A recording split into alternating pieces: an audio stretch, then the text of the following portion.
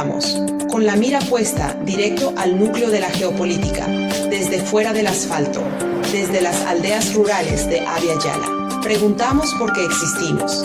Somos pueblos, somos comunidades en resistencias transformadoras.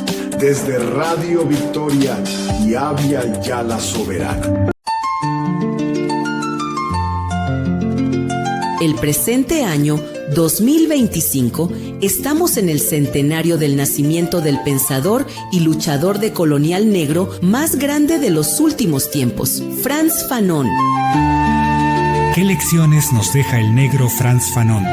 Fanon nos dice: la colonización para nuestros pueblos continúa porque el desprecio y la dominación de los blancos hacia nosotros lo hemos asumido como un bien para nuestros pueblos. Por eso, muy a pesar de la humillación y la violencia del colonizador euronorteamericano o de otros hacia nuestros pueblos, deseamos, amamos, defendemos la cultura y los valores e intereses del colonizador. Fanon nos llama a restaurar nuestras identidades como sujetos políticos, a luchar por la restauración y descolonización de nuestros territorios. Nos convoca a reconstruir el buen vivir como nuestro horizonte.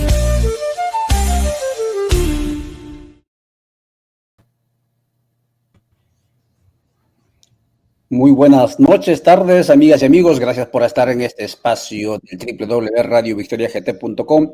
Los que se van a ir conectando tanto por los canales de YouTube, de Facebook, pero también los que nos van siguiendo por TikTok.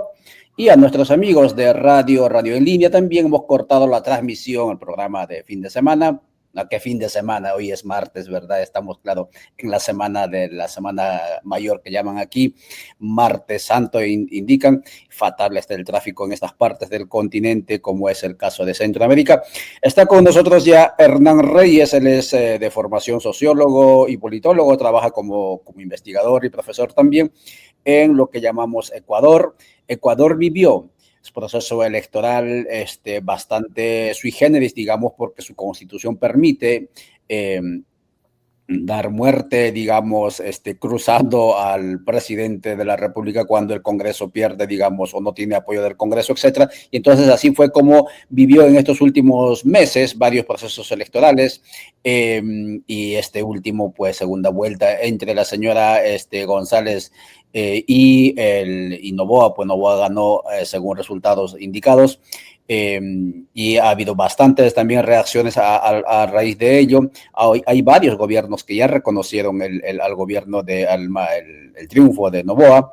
El Congreso va a estar controlado por mayoría, digamos, del partido Revolución Ciudadana. Creo que tiene 67 diputados allí, o asambleístas, frente al 66 que tendrá Noboa, pero hay unos 9 que están allí de Pachacuti, que seguramente también harán fuerza, si acaso, en alguna medida con la parte de la oposición. Veremos qué es lo que ocurre allí.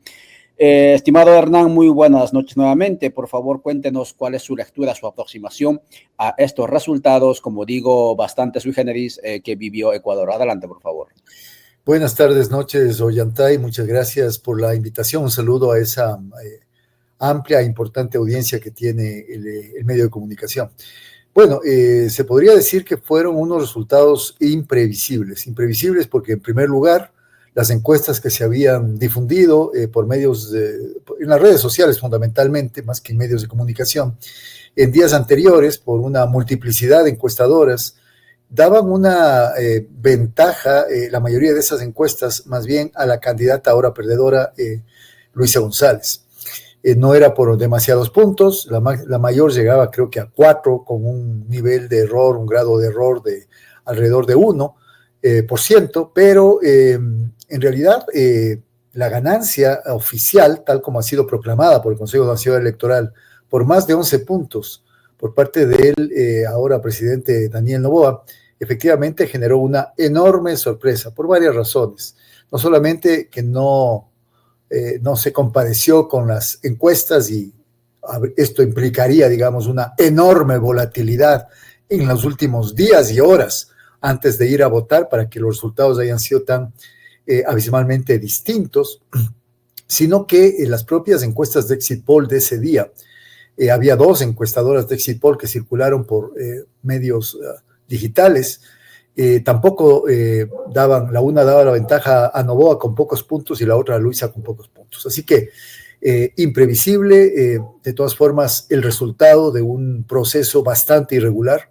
Yo me animo a decir, en la época previa, en todos los meses y semanas previas, por varias razones que podemos analizar, pero entre ellas, por el hecho de que Daniel Noboa, el ganador, nunca dejó de ser presidente. En realidad, fue un presidente que a la vez se fungió como candidato y que al mismo tiempo no escatimó esfuerzo alguno en gasto estatal de corte clientelista, de corte populista, para poder los últimos días y semanas dirigirse a una amplia población, especialmente en las zonas que sufrieron graves inclemencias climáticas, inundaciones fundamentalmente en la costa ecuatoriana, y a la larga tenemos el resultado que tenemos ahora impugnado por la candidata perdedora, no la Revolución Ciudadana en las 2 elecciones anteriores que fue derrotada, reconoció su derrota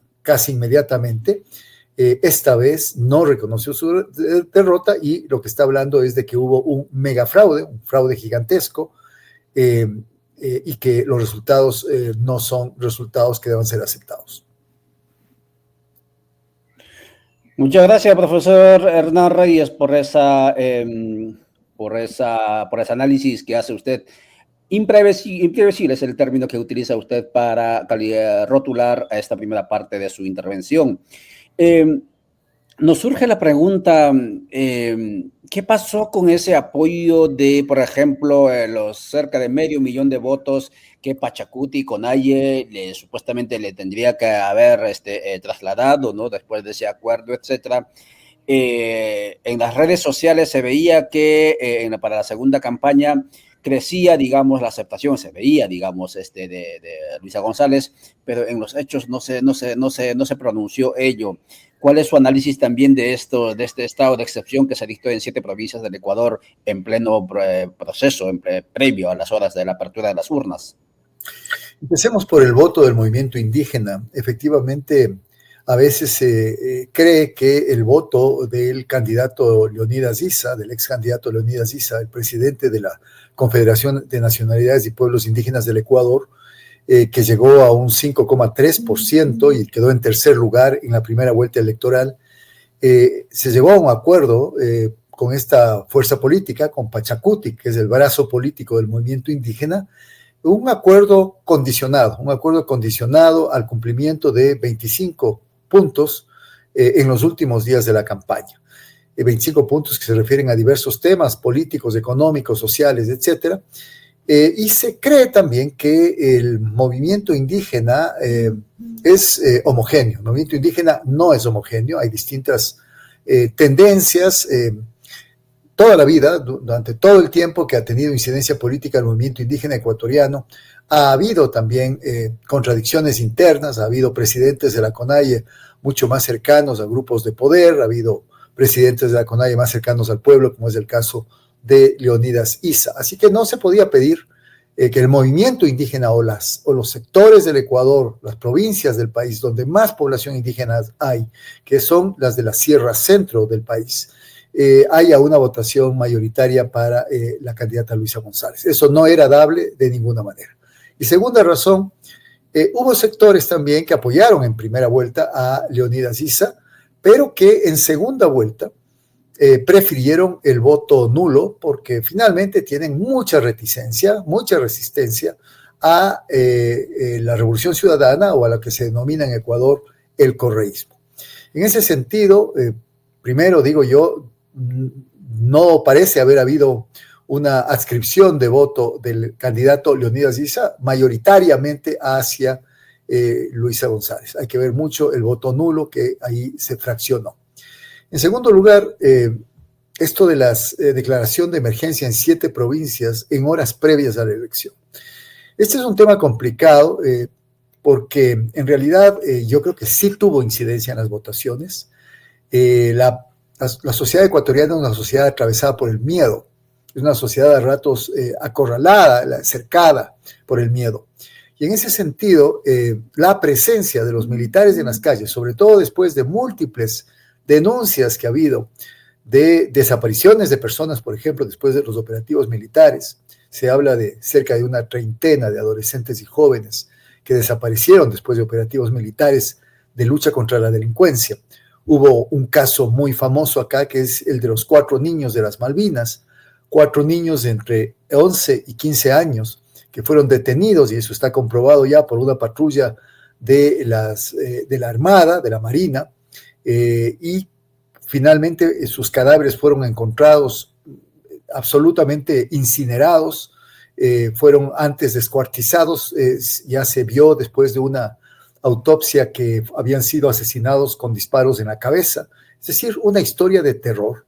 Y eso hace que también, digo yo, haya una influencia inconsciente en el voto al ver esta presencia masiva en esas 7 provincias, varias de las cuales habían sido provincias que dieron el triunfo en la primera vuelta electoral a Luisa González.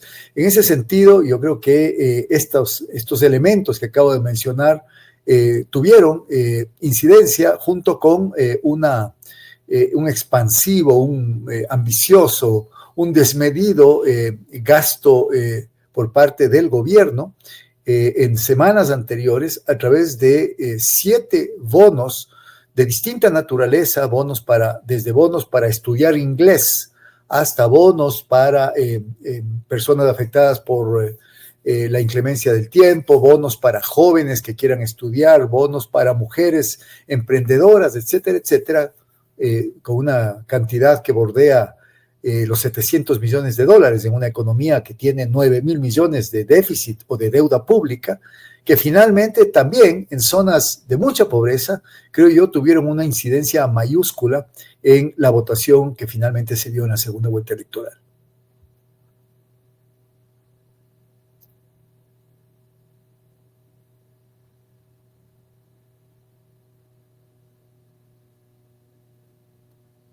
No sé si continúo. Hay otros... Ahora vuelvo, profesor, con un anuncio y volvemos. Ok.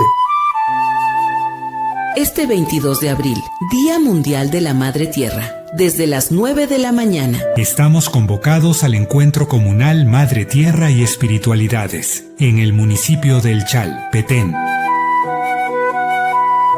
Ven y reflexionemos sobre nuestra identidad tierra, la situación de nuestra Madre Tierra y renovemos nuestro compromiso como hijos y guardianes de nuestra Madre Tierra. Ven con tu familia, con tu comunidad, no faltes. Organizan Codeca y Teologías desde Abya Yala. Somos hijos e hijas de la tierra. Somos guardianes de nuestra Madre Tierra. Somos Codeca con conciencia tierra.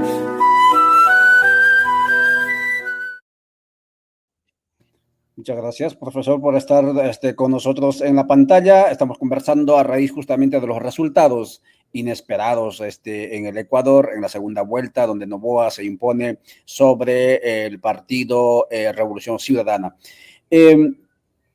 Varios elementos nos deja usted en su segunda intervención. Por un lado, un presidente que no está dispuesto a cumplir con las normas constitucionales, por un lado, porque no pidió licencia, ¿no?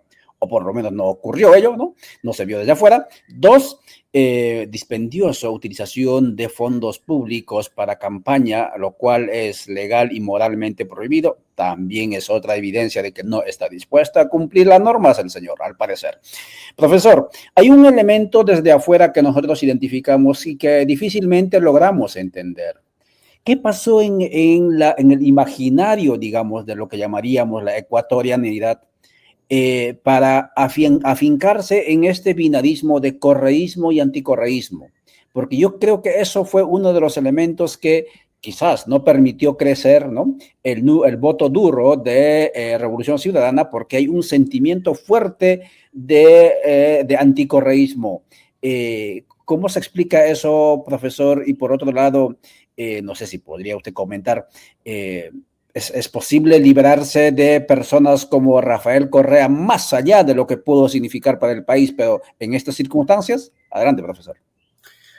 Bueno, es una historia un tanto compleja. En realidad, creo yo, esta polarización del país que adopta una forma particular, correísmo, anticorreísmo, es un proceso que se fue gestando lentamente en la propia época, me parece, de cuando gobernó Rafael Correa.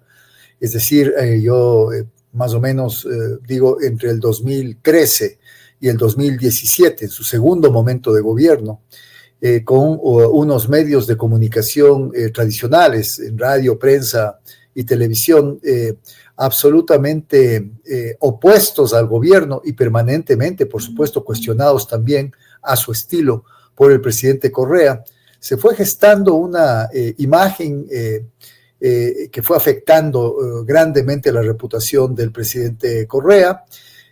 A nivel exterior del país y a nivel interior, fue interiorizándose lentamente entre la población. Se fue vendiendo la idea de que era un presidente autoritario y un presidente que finalmente no respetaba a los demás. Eso, para una idiosincrasia como la ecuatoriana, fue convirtiéndose casi en un karma. A esto se agrega de que no hay mejor cuña que la del mismo palo. Y cuando en 2017 sale electo un candidato como Lenín Moreno, que es de la misma línea política, candidato a la Revolución Ciudadana, y resulta ganador, y luego de eso se da el camisetazo, se da un giro de 180 grados, deja de lado el programa de gobierno de la Revolución Ciudadana, y más bien lo que hace es poco a poco intentar dividir al partido, atacar a su predecesor, a Rafael Correa, con todo lo que tiene y profundizar el nivel de discurso de odio y en algún caso de temor con respecto al correísmo. Yo creo que es el segundo momento en el cual se refuerza esta polarización en contra del llamado correísmo. El sucesor de Noboa, Guillermo Lasso, un banquero que justamente duró apenas 2 años y medio en el poder, no pudo terminar el periodo, se le descalabró todo. Él también apeló a tener como antagonista al correísmo y, por supuesto, Daniel Noboa, que había ganado las elecciones del 2023 diciendo que era un candidato ni anti ni pro, que él no iba a tomar partido en esta polarización que le hacía mal al país.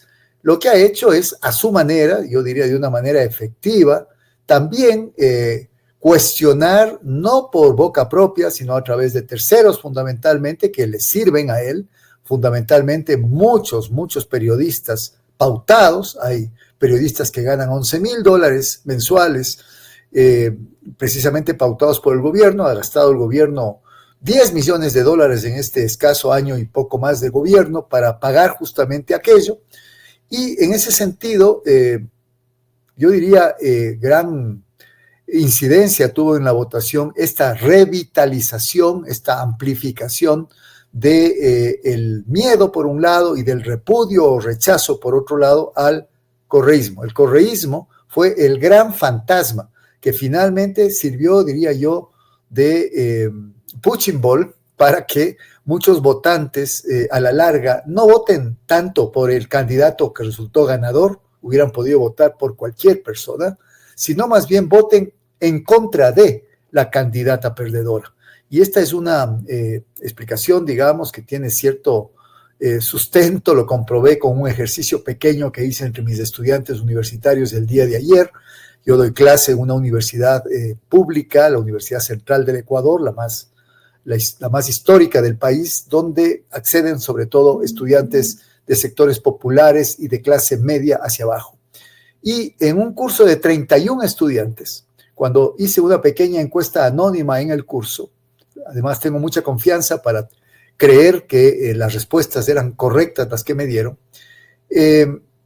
16 estudiantes habían votado por Noboa, 8 estudiantes habían votado por Luisa y habían 7 votos nulos.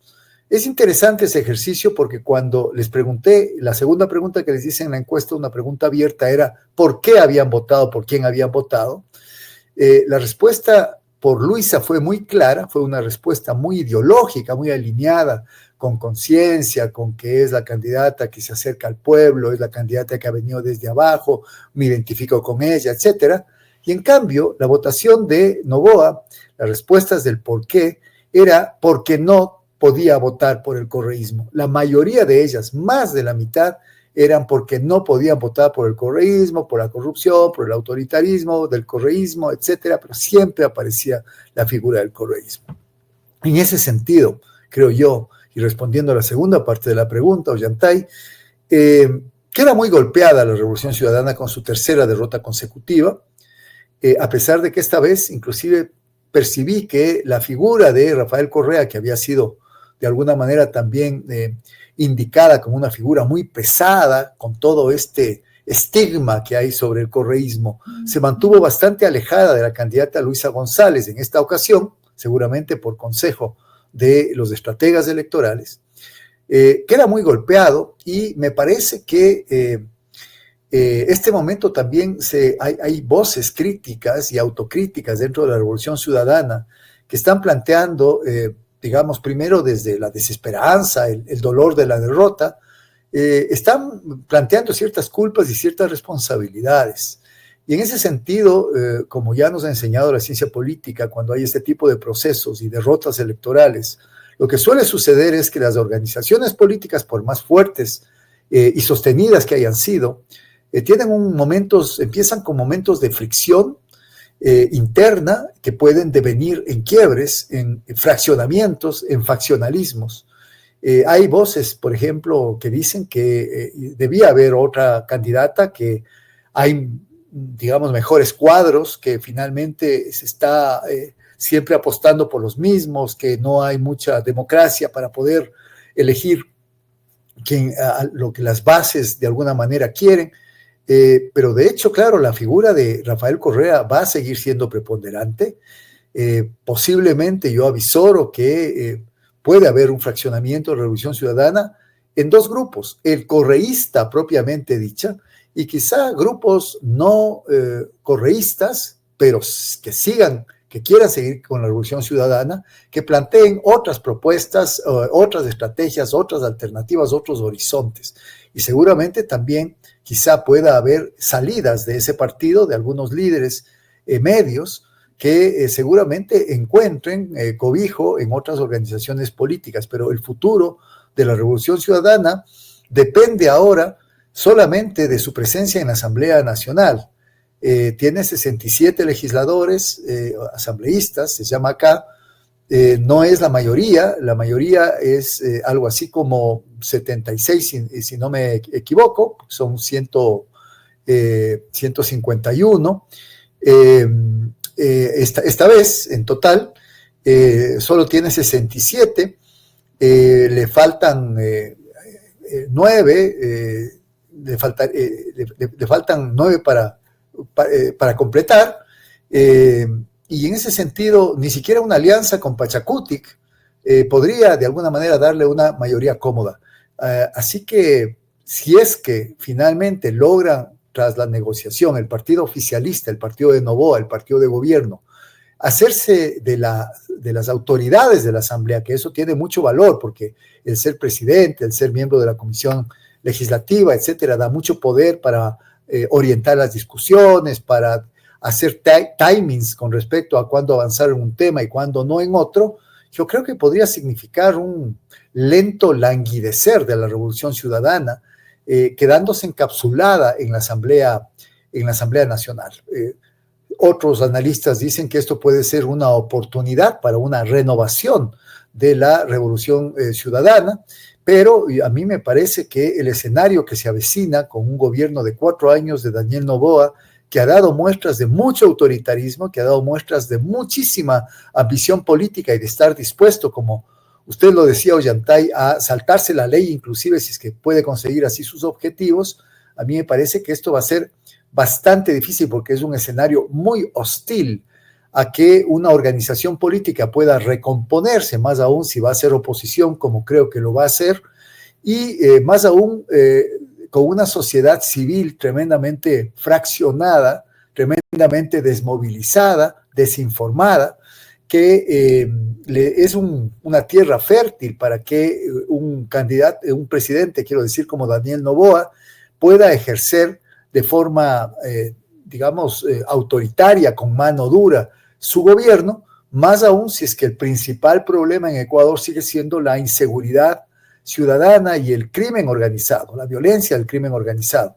Buena parte de la población ecuatoriana, quizá la mitad o más, no le importa que se violente quizá la ley, que no se actúe en derecho, pero que el gobierno actúe con mano dura contra la delincuencia. Y eso es muy peligroso porque puede ser una puerta abierta para que el gobierno arremeta no solamente contra la delincuencia organizada, sino también contra la población civil que pueda un momento determinado y después de no ver que se cumplen las promesas electorales de Noboa, ahora ya en 4 años, ya no como él decía que tiene muy poco tiempo en este periodo transitorio, pueda utilizar la militarización del país, el estado de conflicto interno armado que decretó en enero pasado, etcétera, como causales para arremeter y reprimir toda protesta social. Ese es el peligro mayor que yo veo puede cernirse en un futuro inmediato.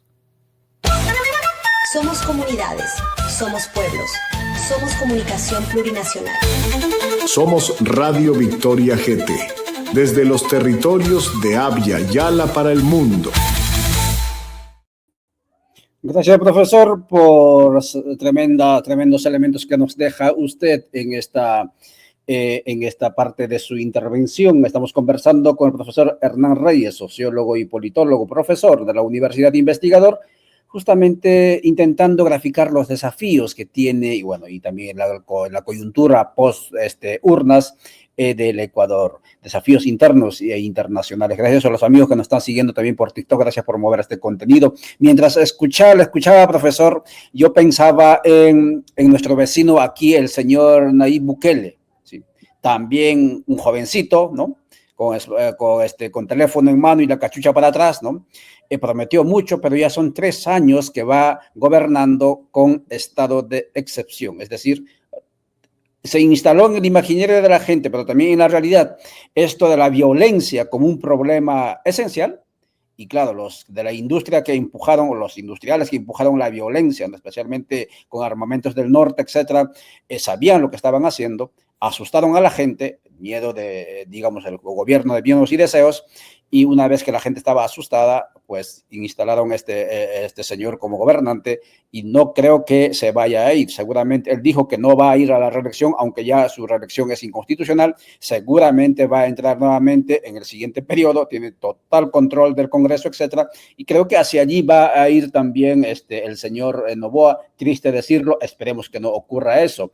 Después de todo, esta proximidad que tienen con Donald Trump, etcétera, preocupa. Y en ese marco, profesor, para ir concluyendo, yo sé que usted tiene agenda apretada, ¿cuáles son los principales desafíos, tanto internos como a nivel internacional, que tiene este gobierno, seguramente deslegitimado en esta circunstancia tal vez, pero de repente con el tiempo se va a ir legitimando a nivel interno? ¿Cuáles son los principales desafíos que identifica usted? Bueno, hay varios problemas que obviamente no aparecieron ayer, son problemas que se han ido profundizando en los últimos 8 años, 9, 10 años, a propósito de las políticas públicas. El primero de todos, que es quizá el que más preocupa a toda la gente, el que más, digamos, miedo produce entre la población, es definitivamente la inseguridad.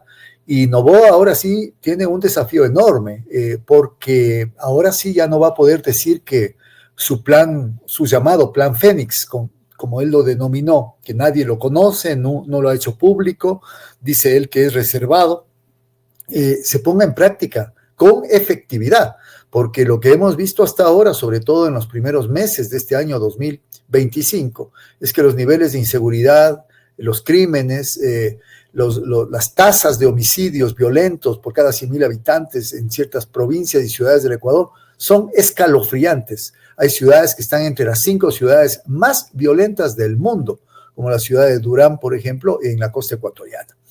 Eso, el primer desafío.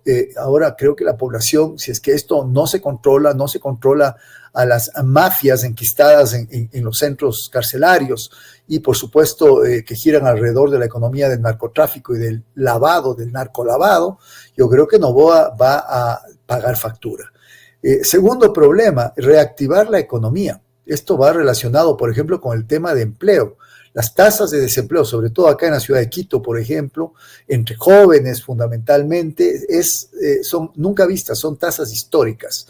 Y con una economía muy desactivada que ha habido endeudamiento externo excesivo por parte de Noboa en este poco tiempo, tiene un déficit, una deuda pública de alrededor de 9.000 millones de dólares, es decir, casi el 9% del Producto Interno Bruto, ha tenido apenas un nivel de inversión extranjera de 234 millones de dólares, el más bajo creo que de toda América Latina, el más bajo en Ecuador en 14 años, no por ser empresario, vienen los grandes empresarios extranjeros a invertir en Ecuador, es un país que tiene además instituciones totalmente socavadas en su credibilidad, hay infiltración del narcotráfico en la policía, entre los mandos militares, etcétera, etcétera. En ese sentido, yo creo que esto de reactivar la economía va a ser también un desafío enorme. Y el tercer campo al que me quería referir es el tema social. Hasta ahora él ha ganado las elecciones porque, yo digo, uno de los factores esenciales fueron estos bonos de carácter clientelista, que yo no sé si los termine dando enteros, los ha dado 50% al inicio al 10% de la población que finalmente se enlistó, digamos, por parte del gobierno, en una clara, yo diría, en una estrategia bastante perniciosa. Pero, digamos, está destrozado el sistema de salud pública en el Ecuador, está seriamente afectado el sistema educativo, hay alrededor de 120,000 jóvenes que no pueden ingresar o que han desertado del sistema educativo por temas como la violencia, la falta de dinero, etcétera, etcétera. La seguridad social está en un punto ya casi de no regreso. Y en ese sentido, creo que si es que no decide Noboa invertir recursos, renegociar quizá el pago a deuda externa, para que no salgan como ganadores los tenedores de los bonos de deuda externa y más bien esos recursos puedan invertirse en el país. Si es que no, trata de sacar recursos de una cuenta que tiene en el exterior el gobierno ecuatoriano de aproximadamente 8.000 millones de dólares, justamente como colchón para pago de deuda externa, y los reinvierte en el país en áreas sociales. Yo creo que efectivamente él va a tener un gobierno con muy poca gobernabilidad. De hecho, podría ser una gobernabilidad autoritaria, sacando cada vez que hay protestas sociales a los militares y a los policías a las calles, pero un gobierno así termina deslegitimándose muy rápidamente, deteriorándose muy rápidamente, y a la larga, cuando ya quiere volver a generar algún tipo de diálogo, acuerdo, porque ya ve que se le ha ido las cosas de las manos, y esto ya ha pasado en Ecuador entre el 97 y el 2005, 3 presidentes fueron sacados porque la ciudadanía, después de haberlos electo democráticamente, vio que ni para atrás ni para adelante y que el país iba en declive. Esos son diría yo, los grandes desafíos que tiene Noboa en estos 4 próximos años de gobierno.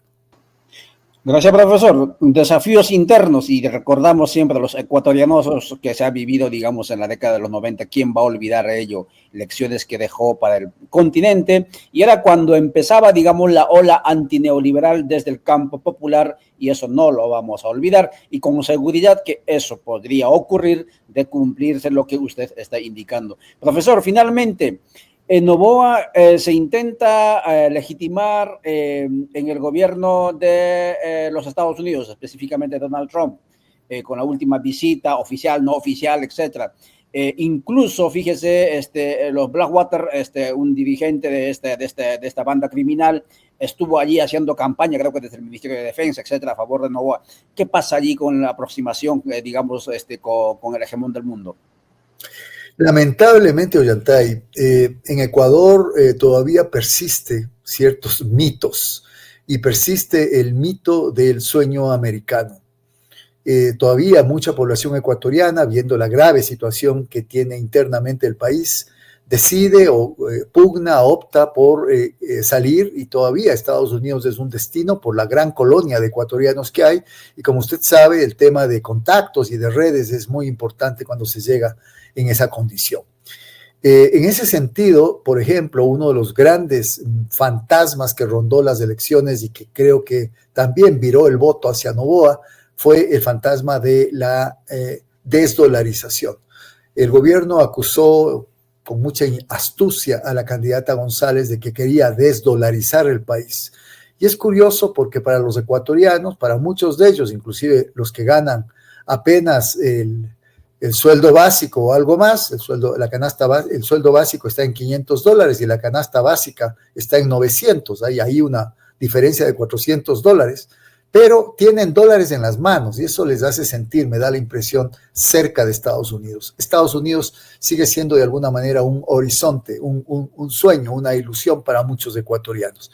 Y creo que eso sabía explotar muy bien Noboa con esa visita que según rumores políticos costó varios centenares de miles de dólares para sacarse una foto con Donald Trump en Lago Amar, esta infraestructura propiedad de Donald Trump, que es una infraestructura de entretenimiento. Allá se fue, no fue visita oficial, pero quería sacarse la foto con Donald Trump. Fue invitado a la posesión de Donald Trump anteriormente y seguramente intentará por todos los medios posibles tener un acercamiento con Donald Trump, ya que empieza a formar parte de los 6 presidentes de derecha que han emergido en la región en los últimos años.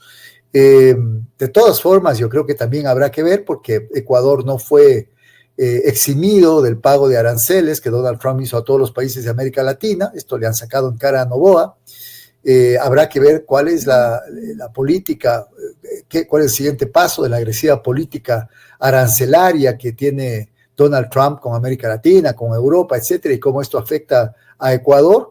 Y yo no sé si es que pueda Daniel Noboa efectivamente acrecentar, profundizar la cercanía con Donald Trump. Ya tampoco sé si a Donald Trump le interesa mucho Ecuador, como sí sé, por ejemplo, que le interesa El Salvador, o si sabemos que le interesa El Salvador, a no ser que, digo yo, los acuerdos ya firmados de cooperación militar, y como usted decía, Ollantay, la presencia de Eric Prince, este mercenario norteamericano acá haciendo campaña abiertamente y sin que nadie le diga nada a favor de Noboa, ese intercambio de recursos y sobre todo la venta de armas y de otros recursos tecnológicos de orden militar desde Estados Unidos a Ecuador, quizá pueda eso y la dotación, digamos, de las Islas Galápagos como quizá un territorio para una futura base militar norteamericana, que sería muy importante, digamos,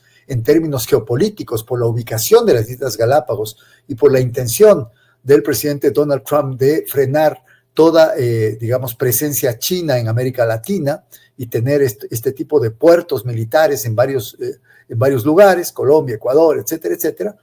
Creo que eso puede ser quizá un elemento que finalmente conduzca a que se profundicen los lazos de cooperación militar, sobre todo, no sé si económica, pero militar con los Estados Unidos. Muchas gracias, profesor, por semejante reflexión, aportes que nos deja usted. Sí, esperemos que Ecuador tampoco siga esperando que el Mesías venga de Washington. El Mesías va a tener que venir de nosotros mismos, cuando los subalternos nos organicemos y soñemos con nuestra emancipación. Después de todo, tal vez lo que van a hacer seguramente con Ecuador es convertirlo en una cárcel, como lo han convertido El Salvador para cárcel, digamos, de los, entre comillas, criminales encontrados en Estados Unidos. Ahora lo están mandando para allá. Y eso que antes de irse de Donald Trump en su primer mandato, se refirió al Ecuador diciendo agujero de mierda juntamente con Haití, y ahora le aplaude como al mejor país. Eso es simplemente política, no sinvergüenza que hacen los a nivel internacional. Profesor, muchas gracias por su tiempo. Amigas y amigos, muchas gracias por vuestro tiempo. Volvemos nosotros con análisis de la asamblea de la CUNARC en el Perú, esa asamblea que se hizo este fin de semana. Hablaremos sobre ello. Profesor, muchas gracias, agradecido siempre con usted, y saludos a toda la audiencia. Muchas gracias por vuestra atención. Chao, chao. Muchas gracias, Ollantay.